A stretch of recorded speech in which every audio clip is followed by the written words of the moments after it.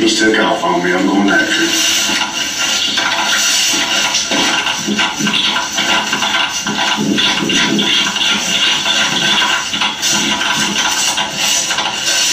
Stay put. Show me your hands.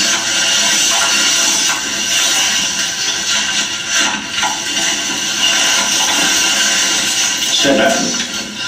Unlock the door. Unlock that door. Hold on.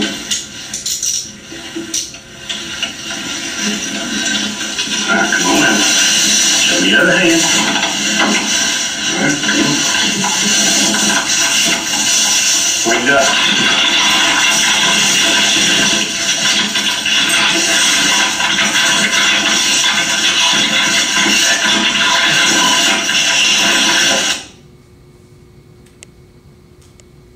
At 15-17-36, Deputy Robinson fired one shot from the service weapon.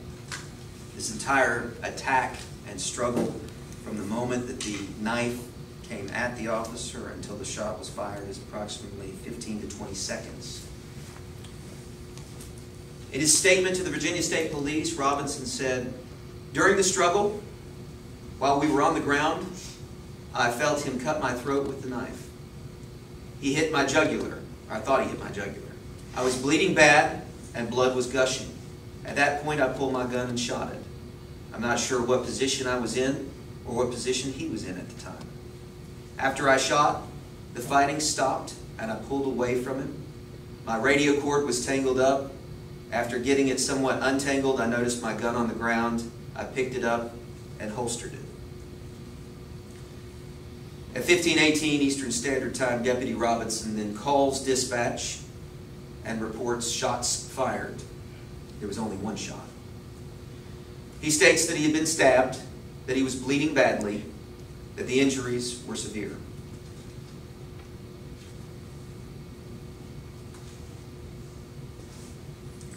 You see this photo, again taken from the body-worn camera as the officer is standing up seconds after being attacked. The blood is depicted on the video falling from Deputy Robinson's body-worn camera and from his wounds.